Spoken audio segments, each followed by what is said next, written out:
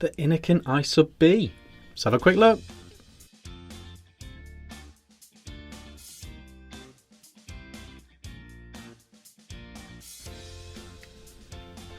Hey guys, Ben Vick here, back with another video. Today we're having a quick look at this. This is the Innokin iSubB. Now, the Innokin have been producing iSubs for 3-4 years now. It's kind of like their stock standard tank name for all of their pre-built coil clearomizers, you know. So they've been doing this a very long time. They've had some ups and downs with this line of iSubs.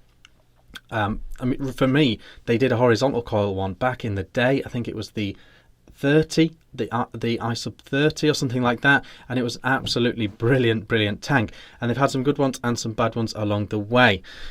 This is their latest one. This is the iSubB, and this tank is kind of the middle ground of their tank range. So we recently covered the plex tank on the plexar kit. And that is their cloudy beast. That is their high wattage tank, 60 to 100 watts on that tank, and it's a very cloudy, airy affair. They also have their pods with plex coils now, and they have their zenith with low wattage. This is their middle one, so this is 35 to 55 watts. I'm currently at 40 watts with this tank, and it's their middle ground. It does have their new 3D plex coils in it, but they're a completely different resistance.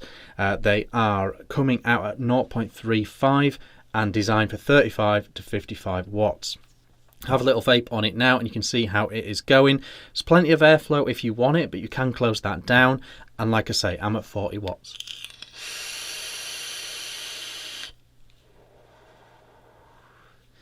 Not the quietest tank in the world, as you probably just heard, but it's stellar flavour for 40 watts.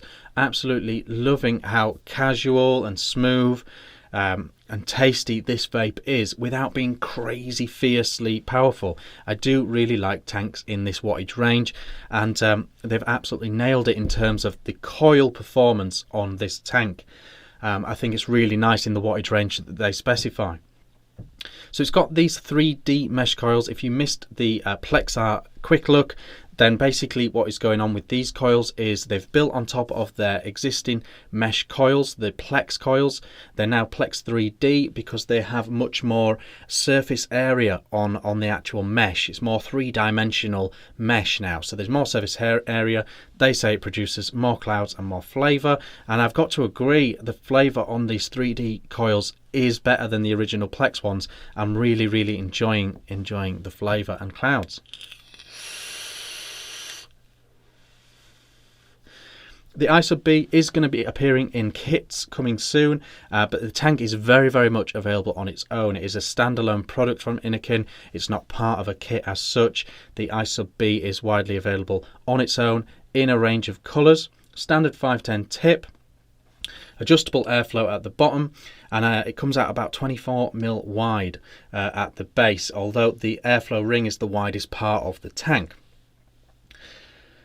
The one thing that this does have, which I'm not super loving, because I'm loving the vape, I'm loving the performance, I'm loving the looks. I think it's a great looking tank for a sub tank.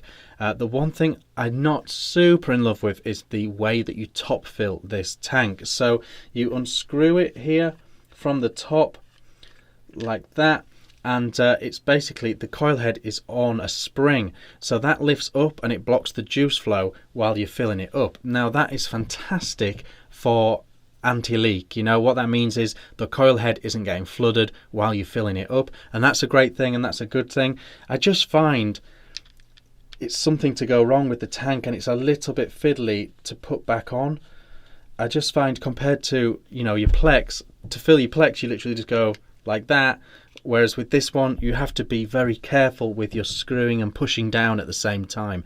And I know that from previous iSubs that have had this style of top fill, it can go wrong. It can go wrong. The spring can go funny, or you can think you've put the top cap on correctly because of the resistance it gives back, but you haven't, and it starts to go a bit funny. So the top fill, I don't hate, I don't mind, but I don't love the way this top feels, and that is my one kind of bit of feedback on the actual tank. Everything else about the tank I love. I've had no spit back, I've had no flooding, no leaking. The coil longevity seems excellent. The flavour is as good now, 30ml, 40ml down the line, as when I first cracked it open. So I'm really enjoying the way the coil behaves and performs. Don't forget, at 40 watts as opposed to 80 watts, you're going to get longer out of your juice, out of your, out of your coil anyway. So I think it's a really, really good tank. I think it's probably my favourite tank in this wattage range right now. Something about this mesh 3D plex situation that's producing stellar flavour. It's still one of these coils that has a wide open section down the middle, and usually those are slightly weaker on flavour than the ones with multiple coils. But there's just something about the way that this three-dimensional mesh works that's really, really tasty. Really, really tasty.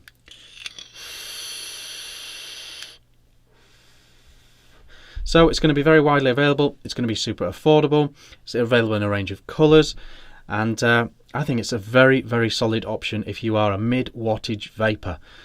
Definitely check this tank out if you're in that range. So that's it, the iSubB from Innokin. Let me know what you think in the comments. You might already have this tank. Let me know how you're getting on with it.